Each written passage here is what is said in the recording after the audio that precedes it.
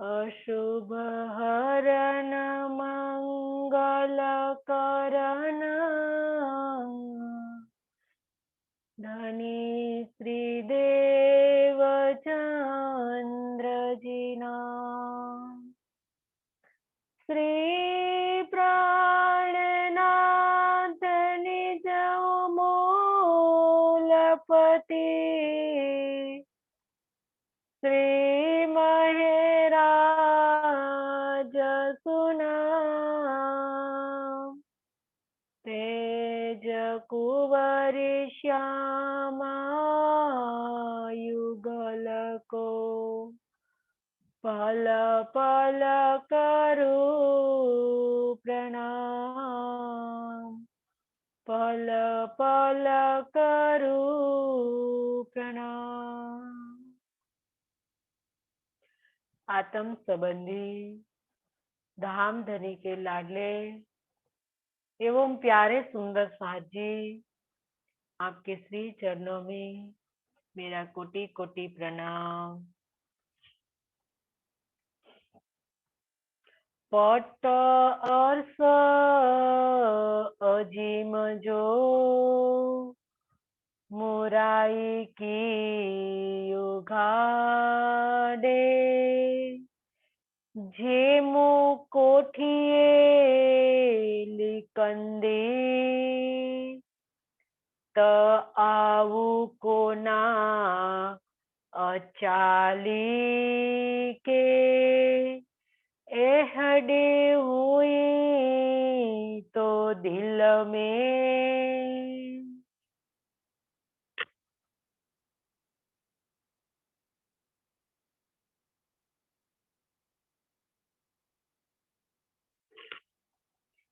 अक्षरातीत धाम के धनी महामती के धाम दिल में विराजमान होकर इस सिंधी वाणी का रस उड़ेल रहे हैं। सिंधी वाणी के अंदर 8वां प्रकरण, इनमें चौपाई 19,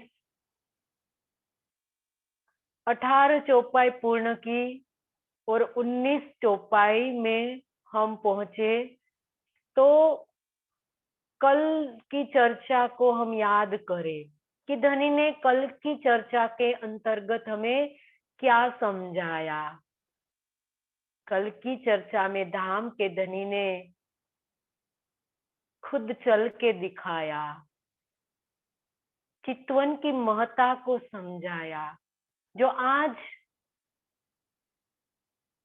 हम सब सुंदर साथ को आत्म जागृति के धरातल पर खड़ा करने वाली है। क्योंकि जब तक हम चितवन का महत्व नहीं समझेंगे तब तक हमारी आत्मा जागने के पथ पर नहीं चल पाएगी।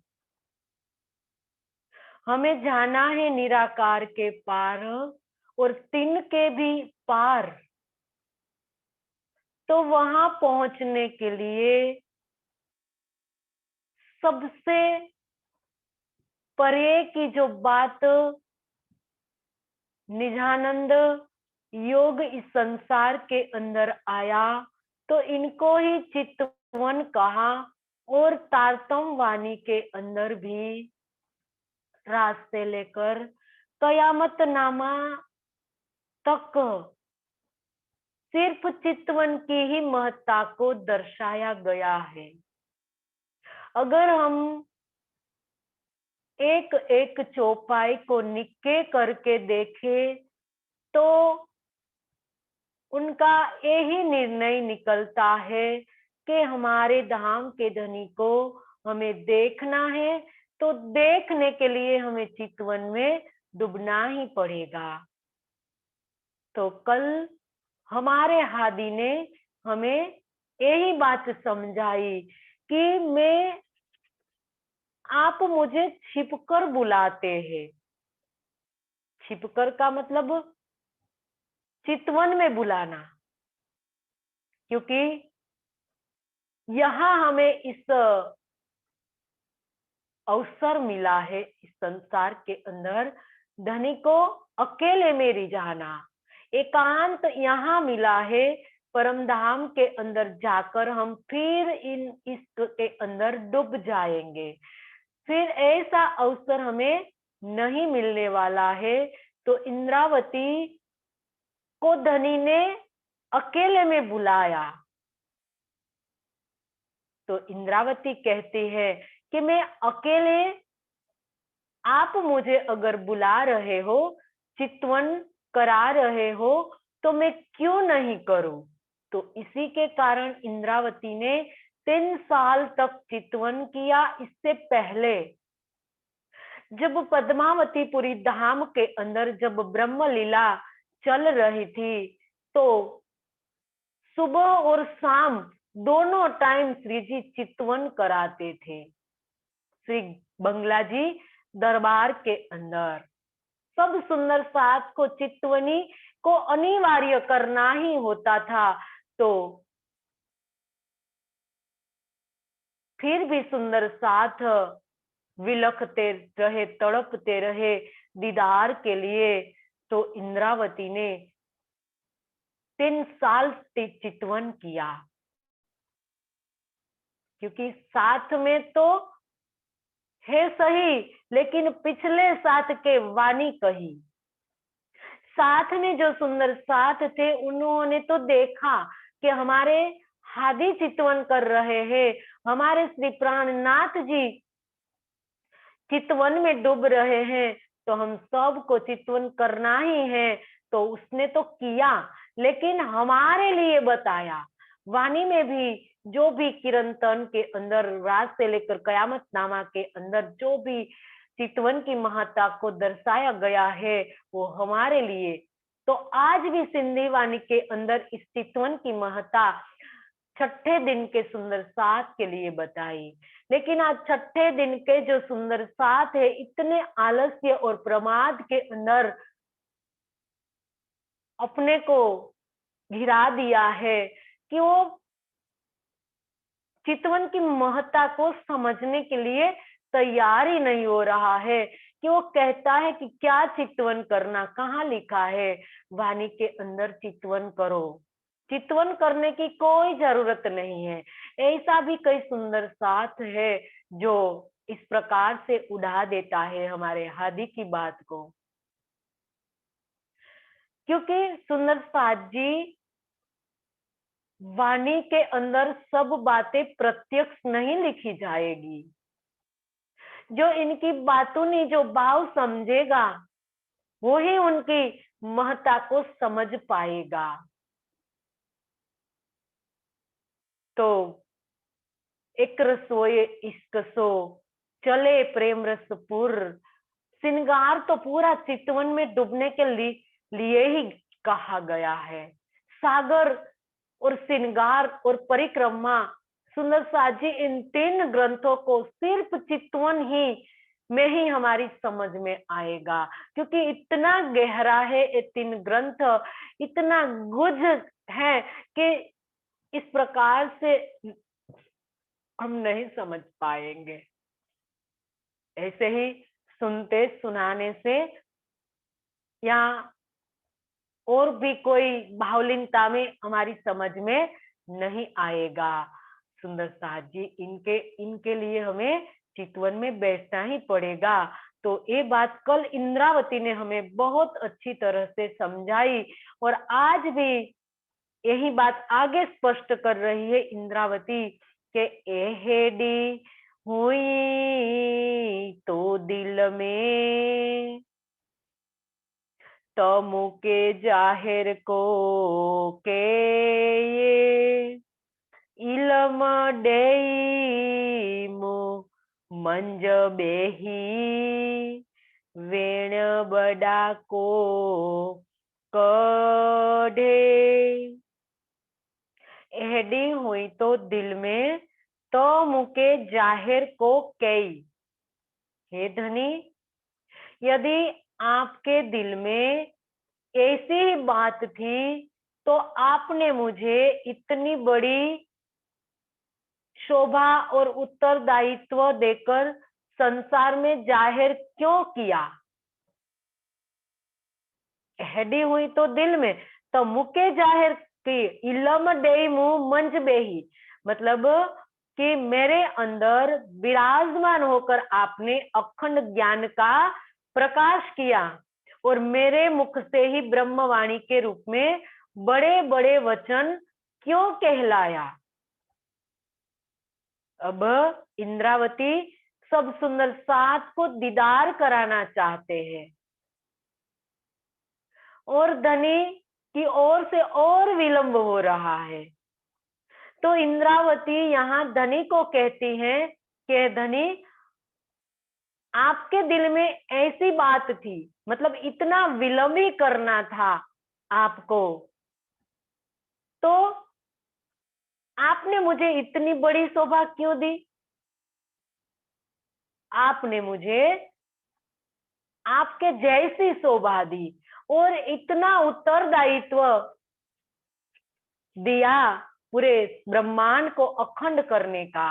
मतलब सिर्फ यहाँ इंद्रावती की बात नहीं हो रही है, सब सुंदर सात को दीदार करना है और सब सुंदर सात की गरिमा का जो धनी ने शास्त्रों में जो वर्णन किया है, गरिमा का जो गरिमा बताई है, तो ये बात यहाँ इंद्रावती कहती है कि इतनी बड़ी शोभा दी ब्रह्मात्माओं को आपने कि इस ब्रह्मात्माओं संसार के अंदर आई है तो पूरा संसार अखंड हो जाएगा।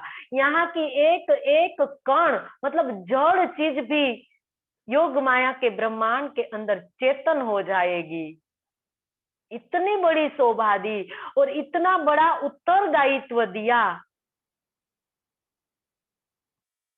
और संसार के अंदर 5वें दिन के अंदर यानी आपने तो मुझे मेरे दिल के अंदर विराजमान होकर सब रूहों को जाहिर किया। तो इतनी बड़ी शोभा, इतना बड़ा उत्तरदायित्व और आपने ही आप खुद जाहिर हुए, सब विध वतन सहित आप जाहिर हो गए, तो अब तक आप इतना विलंब क्यों कर रहे हो धनी। हमारी समझ में ये नहीं आ रहा है कि जो समय आपने किया था, आपने जो समय संसार के अंदर निश्चित किया था, वो समय भी पूर्ण होने वाला है, क्योंकि 10वीं ईसा 11वीं इमाम 12वीं सदी फजर तमाम, ये लिखिया सिपारे आम, आम सिपारा जाको नाम। तो इस प्रकार से आपने कुरान के अंदर और हिंदू धर्म शास्त्रों के अंदर कई प्रकार से लिखवाया है, तो वो समय तो पूर्ण होने वाला है। तो हे धनी, आप विलंब क्यों कर रहे हो और आपने मेरे अंदर विराजमान होकर अखंड ज्ञान का प्रकाश किया, संसार के अंदर परमधाम का दरवाजा खोल दिया। मेरे अंदर बैठकर सबसे पहले सदगुरु के अंदर बैठे, तो सदगुरु के अंदर बैठकर तारतम दिया, मतलब परमधाम का दरवाजा खोल दिया और मेरे अंदर बैठकर तो आपने सारी सीमाएं पार कर दी। मतलब कि मेरे मुख से ब्रह्मवाणी के रूप में बड़े बड़े वचनों क्यों कहलाया, वो ब्रह्मवाणी उतर गई। तो ब्रह्मवाणी के बड़े बड़े वचनों का क्या मतलब है यहाँ इंद्रावती का कहने का, कि वो कहती हैं कि हे धनी, आप ने तारतम वाणी के अंदर बड़े बड़े वचन, मतलब तारतम वाणी का महत्ता बताई है कि संसार के अंदर जो भी शास्त्र आए, लेकिन तारतम वाणी जो आई इस संसार के अंदर, तो कई ब्रह्मांड हुए, कई होए सी किन ब्रह्मांडों में नहीं, कई ब्रह्मांड बन गए और कई ब्रह्मांड बनते रहेंगे, लेकिन कभी कोई ब्रह्मांड के अंदर इस प्रकार की ऐसी ब्रह्मवाणी नहीं आई थी। और वो भी आपने कहा कि नूर सागर सुर मार्फत सब दिलो करसी रोशन। इस इलम वाणी के अंदर आपने ही तो कहा कि इस संसार के अंदर इस ब्रह्मवाणी मारिफत का सूर्य है, और मारिफत का सूर्य जब उग जाता है मतलब मध्याह्न का सूर्य कहा गया है इस इलम वाणी को, इस हादी सूरत को। 3 सूरत इस संसार के अंदर आई, इसमें बसरी सूरत को दुज का चंद्र कहा, और मलकी सूरत को बीज का पूनम का पूर्णिमा का चंद्रमा कहा, और हकी सूरत को मध्याह्न का सूर्य कहा गया। तो अब हकी सूरत के अंदर बैठकर इस इलम वाणी अवतरित हो गई।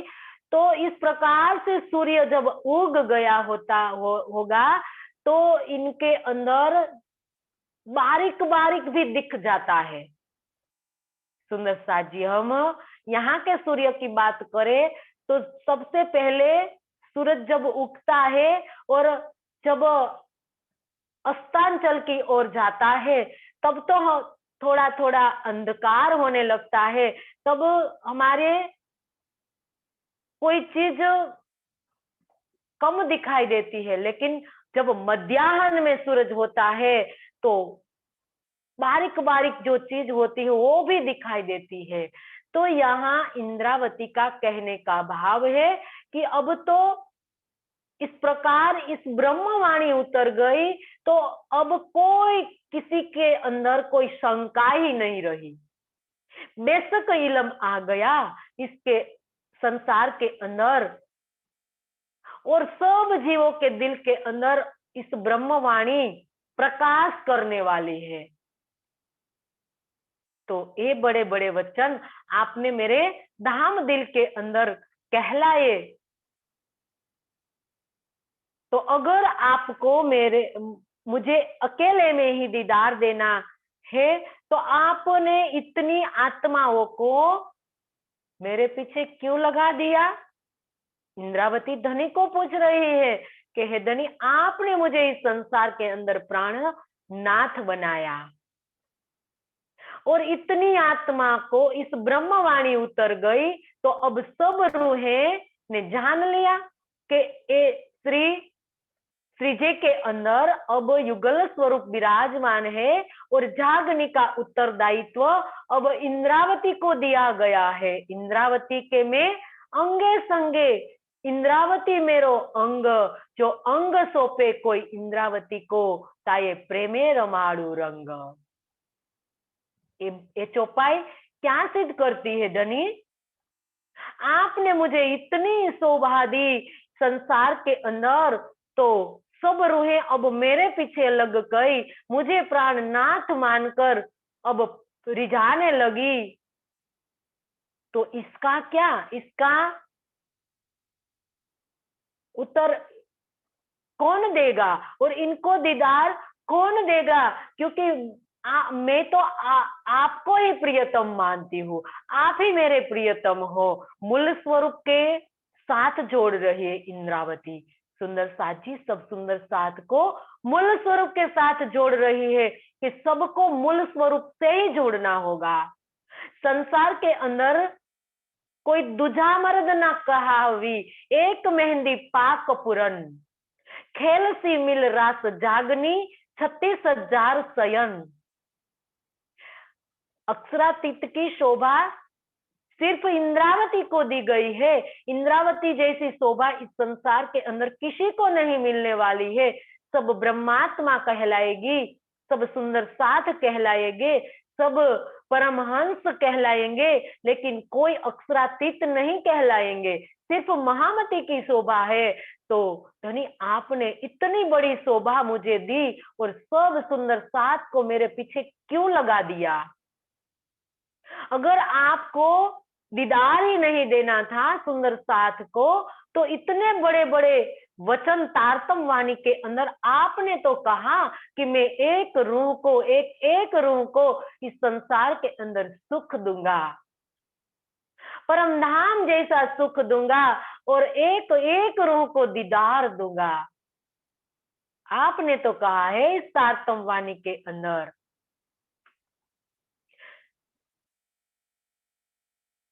तो हे धनी, ये आपकी शर्त के मुताबिक तो आपको सब रूहों को सामूहिक दीदार देना ही पड़ेगा। तो इस चौपाई के अंदर इंद्रावती ये बात कहती है और इलम वाणी की भी महत्ता को दर्शा रही है कि इस इलम वाणी सुंदर साथ जी सबको आत्म फजर के लिए आई है। इसीलिए कहा कि साथ जी पहचानियो ये वाणी समया फजर हुई है आपके कारण देखो निज नजर। क्या कहा गया? साथ जी पहचानियो ये वाणी समया फजर। ये ब्रह्मवाणी सबकी आत्म जागृति करने वाली है। तो सबको वाणी की महत्ता को समझना होगा और इनकी गहराइयों में उतरना होगा। तो यहाँ ये ब्रह्मवाणी की महत्ता को भी दर्शाया और ब्रह्मात्माओं की गरिमा को भी दर्शाया कि संसार के अंदर ब्रह्मात्माओं की जो गरिमा है उसकी गरिमा के तोल कई कोट मिले खलक न आवे इनके समान। एक मोमिन के तोल कई कोट खलक मिल जाए लेकिन एक मोमिन के तोल तुल्य नहीं आ सकती है।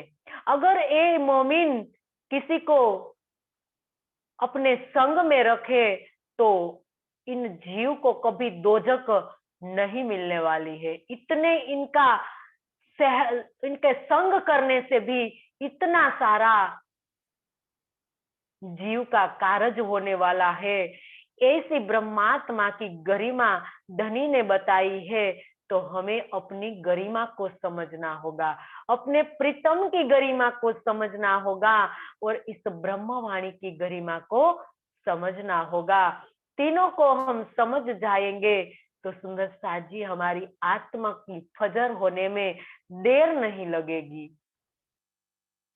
कोई तो के वेण विगो चोये तो से आऊ सहा की मुँह साहिद्यू सब तो ही जीव गिडियू मोर मोराई।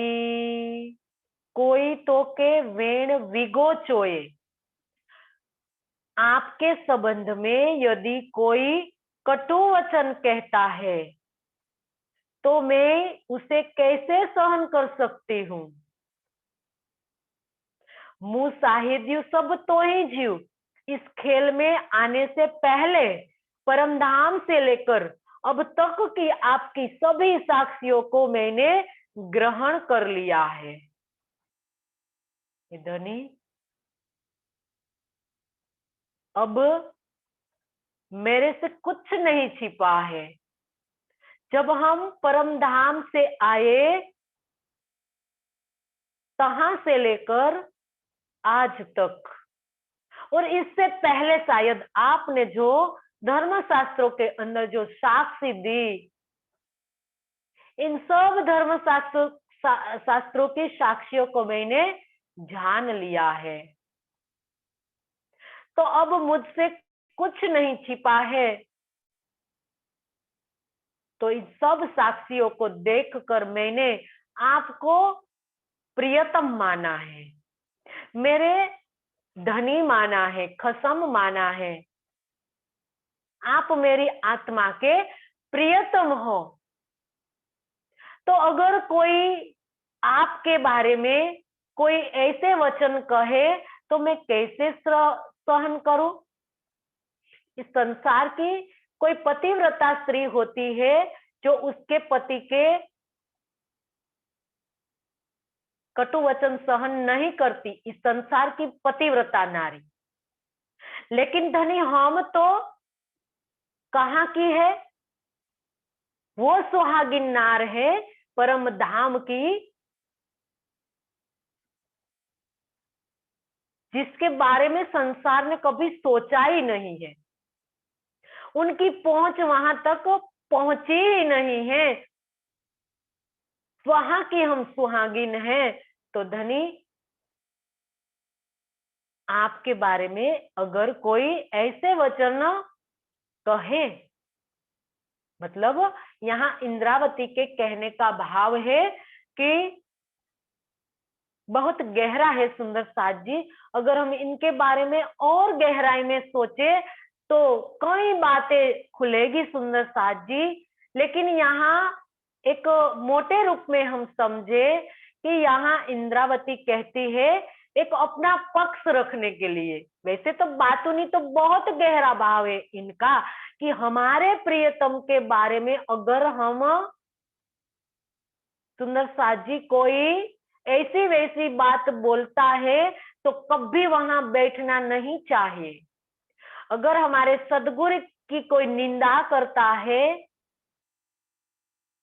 हमारे हादियों ने सिखाया है हमें कि वितक के अंदर जब सावलिया ठाकुर ने सदगुरु के बारे में जब बोला तो तलवार उठा ली मिहिरराज ने और गोवर्धन दोनों ने। क्या दर्शाता है सुंदर साथ जी ये? आज हम इस ब्रह्मवाणी के माध्यम से हम अपने प्रियतम को, जब अक्षरातीत को हमने प्रियतम मान लिया है, तो इसके बारे में कोई ऐसी वैसी बातें करता है तो हम किस प्रकार से सहन कर लेते हैं। कहीं का ईट कहीं का रोला, कोई ऐसी बात भी कर देता है, हमारे प्रियतम को कोई संत की तुल्य बना देता है, कोई भक्तों की परिधि में रखता है, अगर कोई कवियों की श्रेणी में रख देता है तो हम सुन लेते हैं। ऐसी बात कभी नहीं सुननी है सुंदर साथ जी। कहीं भी चर्चा होती है और प्राणनाथ जी की गरिमा की कोई उड़ाता है, हंसी उड़ाता है, संतों की परिधि में रखता है, तो वहां बैठना ही मत। अगर आप वहां बैठे हो तो विरोध कीजिए, अगर आप विरोध नहीं कर सकते हो तो आप वहां से उठ के चले जाइए। लेकिन हमारे प्राणनाथ की कभी ऐसी बात नहीं सुननी हमें। ये बात यहाँ इंद्रावती ने कही है। वैसे इंद्रावती ने तो पूरे ब्रह्मांड के लिए कही है, लेकिन यहाँ हम इतना तो समझे हमारे लिए। आज हमारे समाज के अंदर आप सुनते हो चर्चा, लेकिन कई प्रकार से हमारे इस ब्रह्मवाणी के बारे में जब हमारे कई विद्वान जो हैं बड़े बड़े, उनको जब मीडियो वाला पूछता है कि आपके इस ब्रह्मवाणी में क्या बात बताई है, तो राधे कृष्ण की बात बताने वाले राधे कृष्ण की बात कहते हैं कि हमारे इस ब्रह्मवाणी के अंदर राधे कृष्ण की भक्ति लिखी गई है। ये क्या बात हुई सुंदर साथ जी? ऐसा नहीं है कोई सामान्य सुंदर साथ ऐसी बातें करते हैं। ऐसे बड़े बड़े गादीपतियों ऐसी बात करते हैं कि हमारे इस ब्रह्मवाणी के अंदर राधे कृष्ण की भक्ति बताई गई है। कहाँ लिखा है सुंदर साथ जी?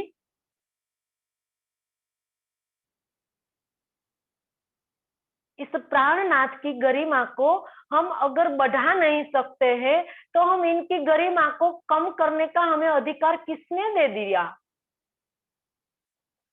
यहाँ इंद्रावती खुद प्राणनाथ बनी है, वो अपने प्रियतम की गरिमा को कम नहीं होने दे रही है कि मैं मेरे प्रियतम की गरिमा को कम नहीं। इनके वचन संसार के अंदर ऐसा वैसा कोई वचन कहता है तो भी मैं सहन नहीं कर पाऊंगी। धनी, आपने जो साक्षी दी है, इस साक्षी के अनुसार आप नहीं चलोगे, संसार के लोग तो बोलेंगे, तो मैं किस प्रकार से सहन कर पाऊंगी? अगर इंद्रावती सहन नहीं कर सकती है तो आज हमने कौन सा दावा लिया है सुंदर साथ जी? एक ब्रह्मात्मा दावा लेकर ही तो हम इस सिंधी वाणी सुन रहे हैं। सिंधी हो या कोई भी वाणी हो, सुंदर साथ जी एक ब्रह्मात्मा है, इस ब्रह्मवाणी को सुनती है और अपने प्रियतम को पूर्ण रूप से पहचान करती है। तो कभी अपने प्रियतम की गरिमा को कम नहीं होने देती है, क्योंकि हमारे प्रियतम से बेहतर और कोई है ही नहीं संसार के अंदर, इनके जैसा कोई है ही नहीं। तो हमें कई बातों से समझना है कि यहाँ इंद्रावती बहुत पीड़ा ले रही है,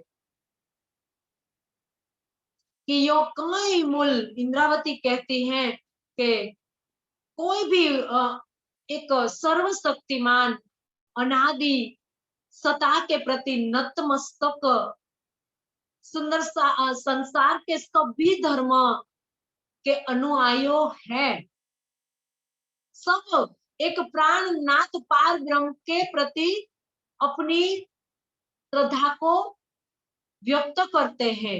सबकी श्रद्धा एक प्राणनाथ ऊपर है, एक प्राण पार ब्रह्म को वो मानते हैं, किंतु श्री महामती जी के धाम दिल में विराजमान जो अक्षरातीत उनके युगल स्वरूप को जो नहीं पहचानता है, इनकी बात चल रही है। क्योंकि शास्त्रों के अंदर, जो धर्म शास्त्रों के अंदर सर्वशक्तिमान परमात्मा की बात की गई है, तो धर्म के सब अनुयायी एक पार ब्रह्म को मानते हैं। लेकिन आज छठे दिन के अंदर जागनी ब्रह्मांड में महामती के दिल में जो युगल स्वरूप विराजमान है, इनकी पहचान करनी होगी, तब जाके बात बनेगी। क्योंकि पांचवें दिन के अंदर भी यही बात थी, कई सुंदर साथ की श्रद्धा गादी पर थी, कई सुंदर साथ महामती के धाम दिल में विराजमान युगल स्वरूप की पहचान नहीं कर रहा था, और कईयों ने पहचान की थी और कईयों ने पहचान नहीं कर पाई थी। तो इसी प्रकार से यहाँ इंद्रावती ने कहा कि यो कई छल मूल कहूं मैं कहते मेरो टोने को ही आकार, ये माया बल उतारे महामती। क्या कहती है यहाँ महामती? किरण तन के अंदर कहती है कि यो कई छल मूल कहूं मैं कहते मेरो टोने को ही आकार, ये माया अमल उतारे महामत ताको रंजक न रहे खुमार। महामती क्या कहती है कि ये माया बहुत छल है, जिनका वर्णन मैं कहाँ तक करूं। मैंने अपने स्वरूप पर टोना रखा है, मतलब अक्षरातीत हुए भी ऐसे मानव तन में मैं विराजमान हूं, ऐसा जादू। टोना मतलब जादू। वितक के अंदर भी कहा है कि सब मेरे को जानता है, एक आदमी जानता है। साक्षियों के अनुसार सब कहता है कि एक आदमी है, लेकिन उनके अंदर जो स्वरूप विराजमान है, तो इस स्वरूप की पहचान कौन करता है? सब जाहिरी चमत्कार को देखता है कि जाहिरी चमत्कार होगा तब प्राणनाथ जी आएंगे। लेकिन जो प्राणनाथ जी उनके कथन के अनुसार जब आ गए हैं, तो किसने पहचान की? प्राणनाथ की, बुद्ध निष्कलंक स्वरूप की, इमाम मेहंदी की, सेकंड क्राइस्ट की, गॉड की, किसने पहचान की? आज सब एक ही बात को लेकर इस पार ब्रह्म को सब खोज रहा है, लेकिन आ गए हैं पार ब्रह्म, किसने पहचान की? तो वो पीड़ा इंद्रावती को है कि उनके दिल में जो युगल स्वरूप विराजमान है, इनकी पहचान इस संसार के अंदर कोई नहीं कर रहा है। तो एक मानव तन के अंदर में विराजमान हूँ, इनसे बड़ा चमत्कार क्या होगा? तो अब मानव तन के अंदर जो विराजमान है पार ब्रह्म की वो शक्ति और पार ब्रह्म खुद, तो जब तक मैं न बताऊं, यहाँ कहते हैं कि जब तक मैं न बताऊं तब तक मेरे स्वरूप की पहचान कोई नहीं कर सकता है। तो ऐसी बात सुंदर साथ जी 5वें दिन के अंदर वैसे इंद्रावती श्री जी ने कभी अपनी पहचान नहीं दी थी, लेकिन जब लालदास जी सूरत पहुंचे तो लालदास जी को कहा था कि आपकी टेक अब पूर्ण हो गई, आप युगल स्वरूप के चरणों में आ गए, आप ब्रह्म सृष्टियों के गहरावे में आप आ गए हो, तो आपको कहीं जाने की जरूरत नहीं है। वहां पहचान दी, और एक तो याद नहीं आ रहा है, एक बार और भी दी थी पहचान, श्री जी ने 2 बार पहचान दी अपनी।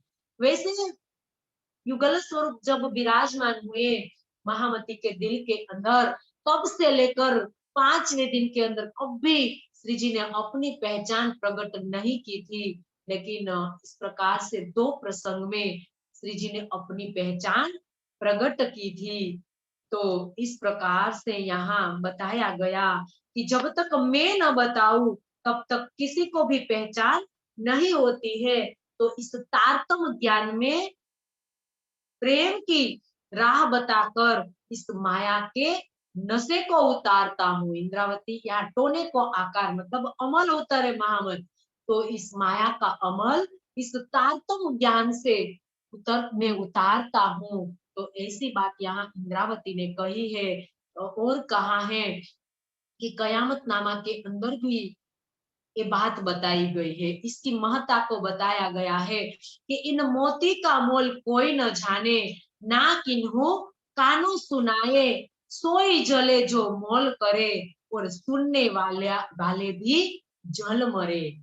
ऐसी बात बताई गई है कि इन मोती का मोल कोई न जाने, मतलब श्री प्राणनाथ जी की महिमा का आंकलन कोई नहीं कर सकता है, क्योंकि असीम आकाश सागर की जलराशि की भांति अनंत है। यहाँ कोई इनकी महिमा का वर्णन करने के लिए कोई शब्द ही नहीं, तो कौन इसका वर्णन कर सकता है। प्राणनाथ जी की महिमा, सुंदर साथ जी हम समझे कि प्राणनाथ जी की महिमा इन मोतियों का मोल कोई न जाने। यहाँ प्राणनाथ जी की गरिमा की महत्ता बताई गई है कि प्राणनाथ जी की महिमा का वर्णन इंद्रावती कहती है कि मैं किस प्रकार से करूं। जो मेरे दिल में विराजमान है उनकी महिमा का मेरे को वर्णन करना है। अगर इनकी कोई पहचान नहीं करता है, अगर कोई इसके बारे में ऐसी वैसी बातें बोलता है, तो मैं नहीं सहन कर सकती हूँ। और किसी ने कानों में भी उसे पूर्ण रूप से सुनने की सामर्थ्य नहीं है। सुंदर साथ जी सोचो, प्राणनाथ जी की महिमा किसी को सुनने की भी ताकत नहीं रखता है कोई।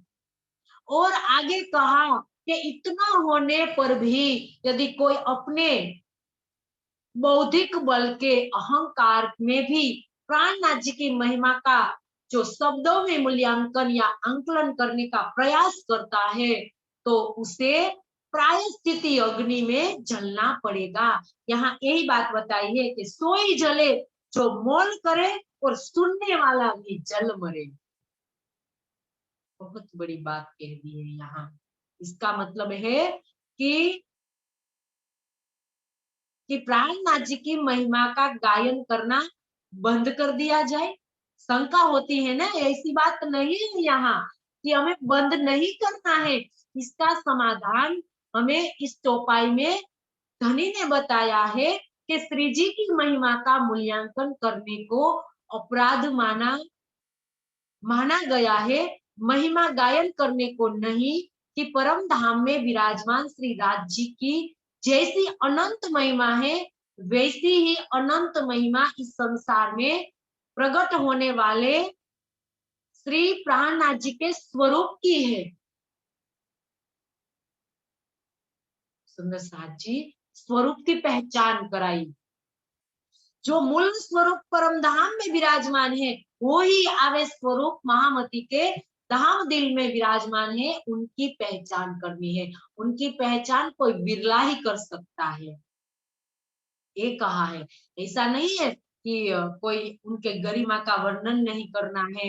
यहाँ एक अतिशयोक्ति अलंकार के अंदर ऐसी बात बताई गई है कि ऐसा ऐसा वर्णन है, ऐसी महिमा है, तो इसके लिए ऐसी बातें इस चौपाई के अंदर बताई गई है कि इनके महिमा के सामने कोई नहीं ठहरता है। कैसा वर्णन करूं, इंद्रावती कहती है कि मैं इनका जितना ही वर्णन करूं इतना कम है। पूरी ब्रह्मवाणी इनकी महिमा से भरी हुई है।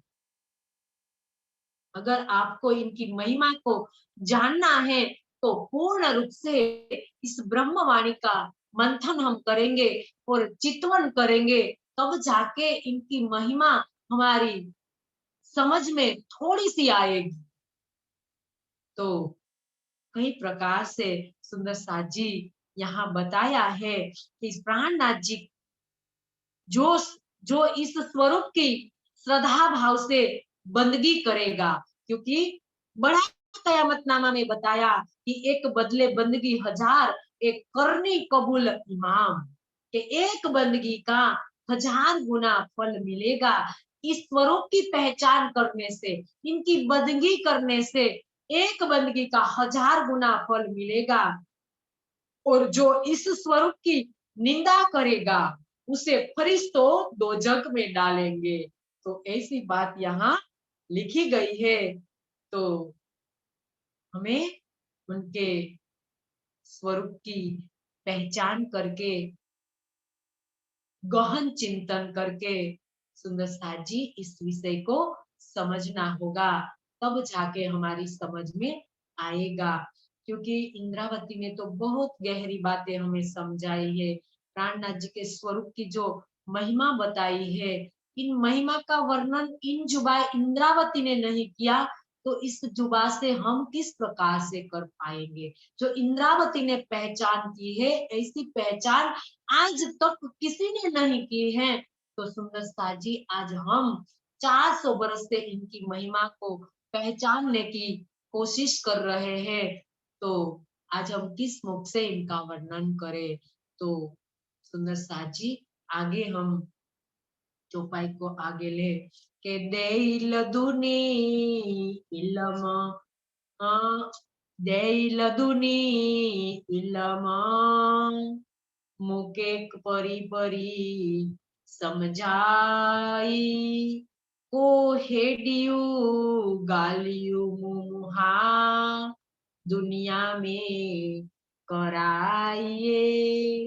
देइल दुनी इलम, मुके परी परी समझाई। हे प्रियतम, आपने मुझे तारतम वाणी देकर तरह तरह से समझाया कि तुम मेरी प्रियतमा हो। परी परी समझाई मतलब अलग अलग मोड़ से हमें समझाया। क्या समझाया?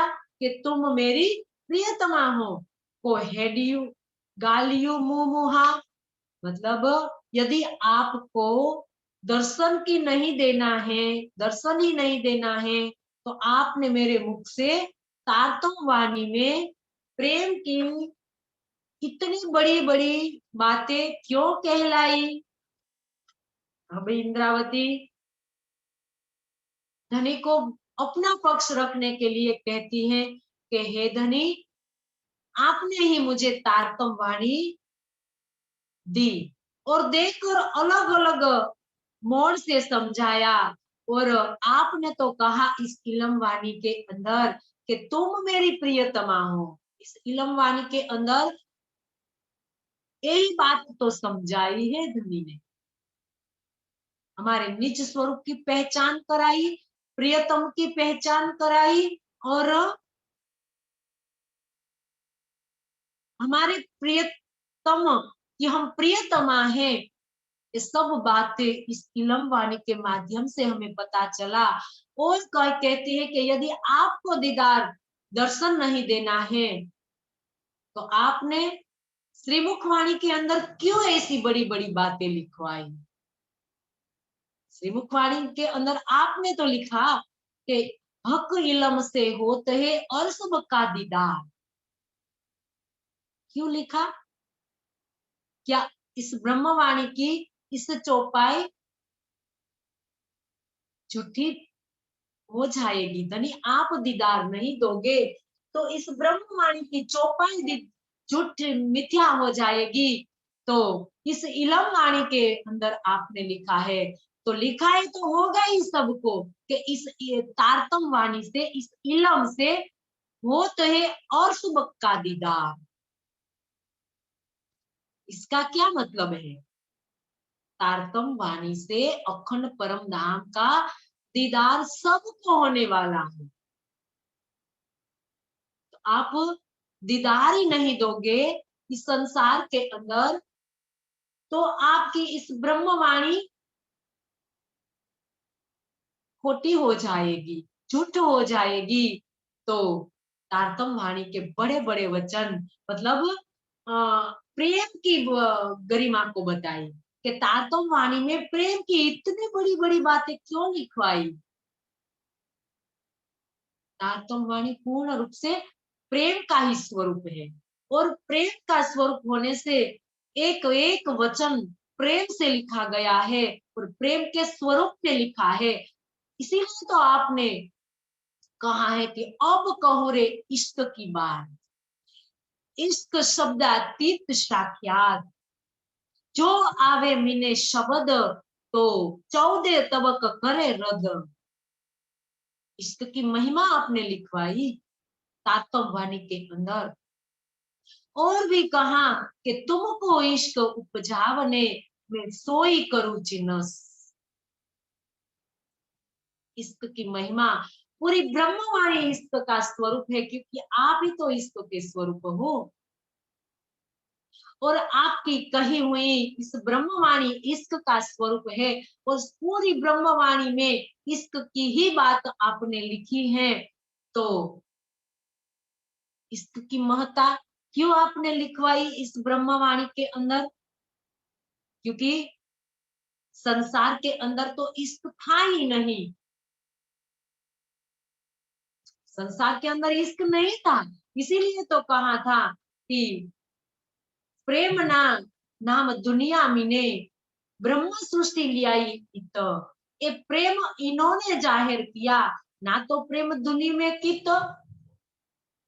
प्रेम तो शब्दातीत कहा, सो हुआ ब्रह्म के घर। ब्रह्मवाणी में तो कहा है आपने, प्रेम की महिमा बताई है कि ये तो शब्दातीत है, वो तो ब्रह्म के घर से आया है, सो तो निराकार के पार थे, इत दुनी पावे क्यों कर। वो प्रेम निराकार से भी पार, इनके भी पार से वो प्रेम आया है, तो दुनिया किस प्रकार से उनको समझ पाएगी। वो तो शब्दातीत है, और ब्रह्मात्मा इस संसार के अंदर इस प्रेम को लेकर आई है, और संसार के अंदर इन्होंने जाहिर किया है। और आपने कहा है कि जब चढ़े प्रेम के रस, तब हुए धाम धनी बस। क्या नहीं कहा है आपने? प्रेम की महत्ता बड़ी बड़ी बताई है इस वाणी के अंदर, कि जब आपके अंदर प्रेम के रस प्रकट हो जाएंगे, तब तुम्हारे धनी बस में आ जाएंगे। तो आज ऐसी बड़ी बड़ी बातें क्यों लिखवाई आपने?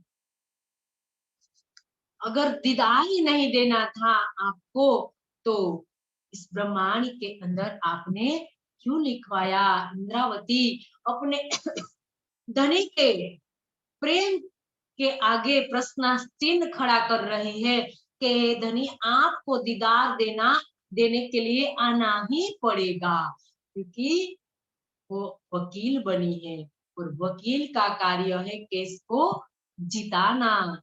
तो इंद्रावती कई प्रकार से तारतम वाणी की साक्षी देकर धनी को आने के लिए कहीं निवेदन करती है, कहीं मजबूर करती है कि आपको आना ही होगा। अगर आप नहीं आओगे तो आपके ऊपर धब्बा लग जाएगा, दाग लग जाएगा, आप नहीं आओगे तो, क्योंकि आपने शास्त्रों के अंदर साक्ष्य दिलवाई है। कि इस समय पर मैं आऊंगा और सबको दीदार दूंगा। तो प्रगटे पूर्ण ब्रह्म सकल में ब्रह्म सृष्टि सिरदार, ये सब के सिरदार, ब्रह्म सृष्टियों के सिरदार पूर्ण ब्रह्म परमात्मा इस संसार के अंदर आए हैं। तो सबको ईश्वरीय और जीव सबको दीदार देना है। तो अगर नहीं आओगे तो आप पर दाग लग जाएगा।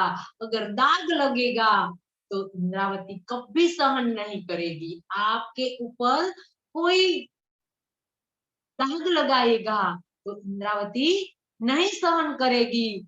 तो धनी आपको आना ही पड़ेगा, आपको मेरे प्यार के लिए आपको आना पड़ेगा।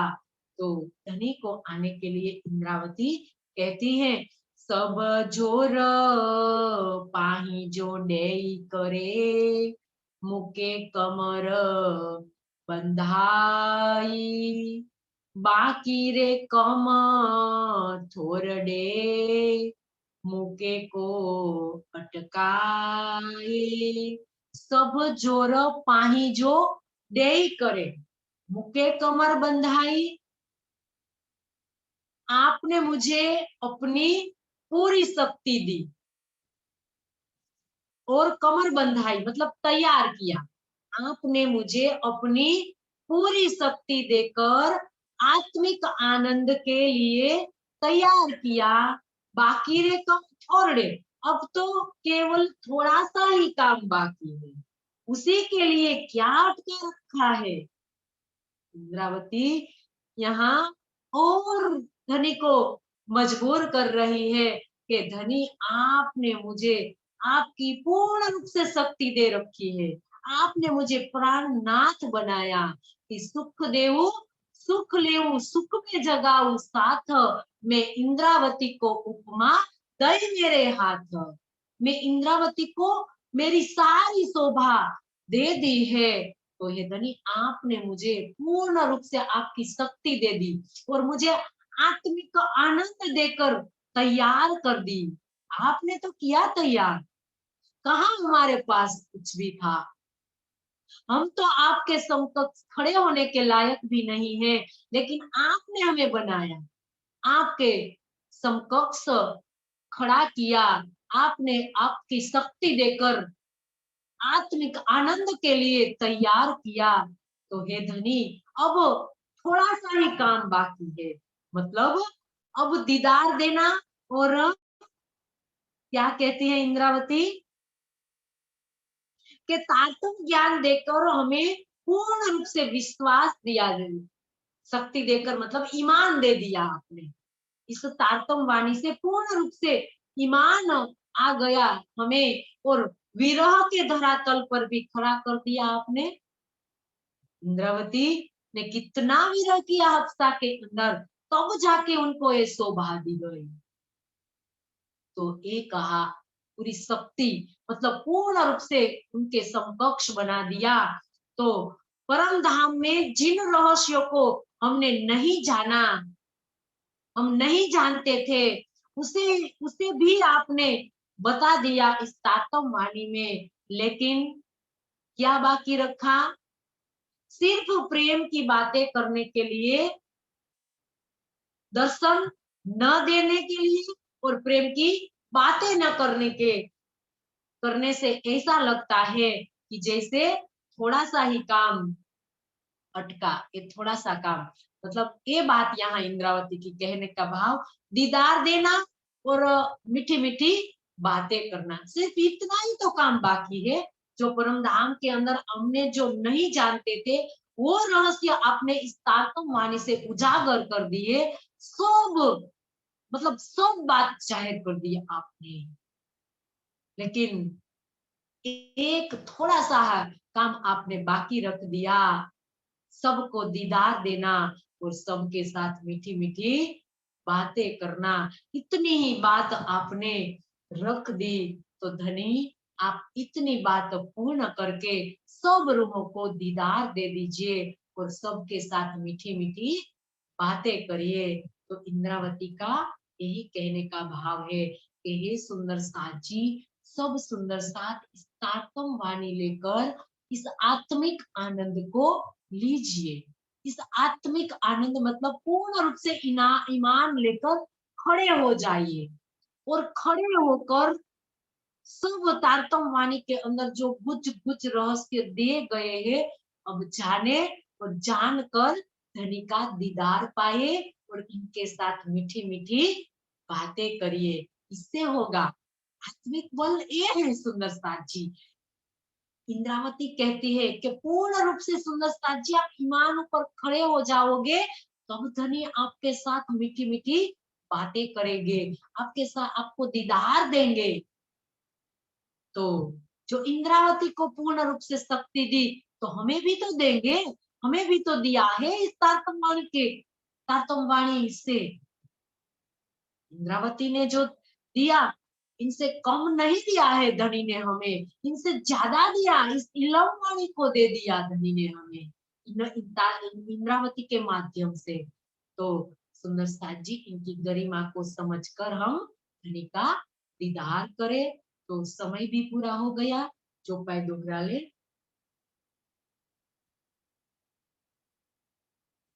सब जोर पाही जो डेई करे, मुके कमर बंधाई, बाकी रे कमा तोरडे, मुके को अटकाए, मुके को अटकाए। बोले श्री प्राणनाथ प्यारे की जय, सदगुरु महाराज की जय। सब सुंदर साथ के चरणों में मेरा कोटि कोटि प्रणाम जी।